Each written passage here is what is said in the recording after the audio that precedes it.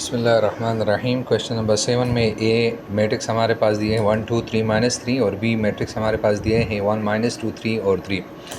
हमें कह रहे हैं प्रूव करें कि A transpose plus B transpose is equal to A plus B whole transpose. तो हमारे पास मैट्रिक्स ए जो है वो है 1 2 3 -3 और बी मैट्रिक्स जो है वो है 1 -2 3 -3।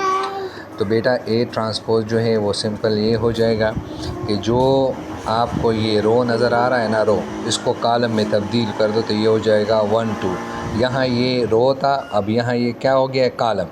इसी तरह ये जो दूसरा आपके पास रो है उसको आपने क्या बनाना है, कॉलम। इसी तरह जो बी ट्रांसपोज है उसमें भी आपने क्या करना है, पहले जो रो है उसको कॉलम बना दो और इसी तरह जो सेकंड रो है उसको भी आपने सेकंड कॉलम बना देना है।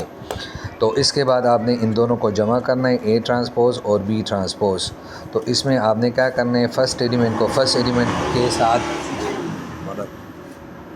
जमा करना है तो 1 + 1, सेकंड को सेकंड के साथ जमा करना है 3 + 3, फिर 2 को -2 के साथ जमा करना है और लास्ट में -3 को +3 के साथ आपने ऐड करना है।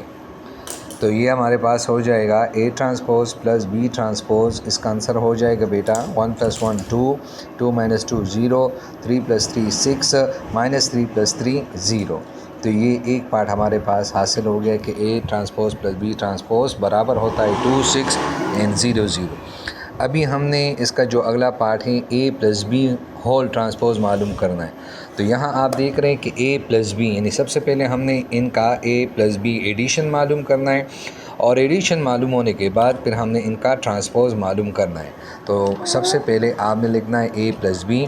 तो ए प्लस बी का मतलब है कि दोनों मैट्रिसेस को आप क्या करो, जमा करो। तो 1 को 1 के साथ जमा करें, ठीक है।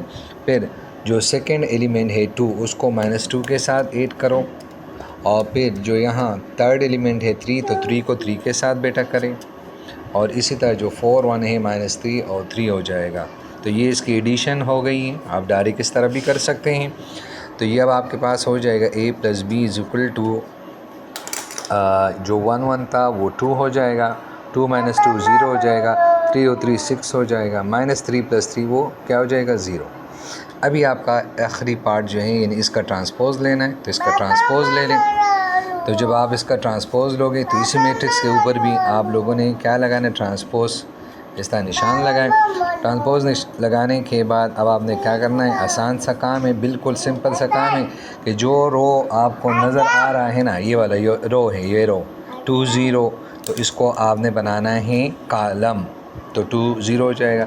इसी तरह इसके बाद जो दूसरा ये रो है ना 6 0, इसको आपने सेकंड कॉलम बनाना है 6 0।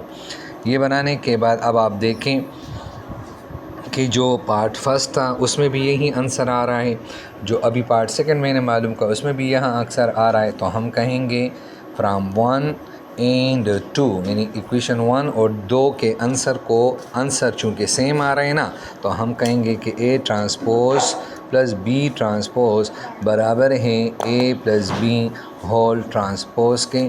और इसके साथ ही ये क्या हुआ, ये प्रूफ हो गया। Thank you very much.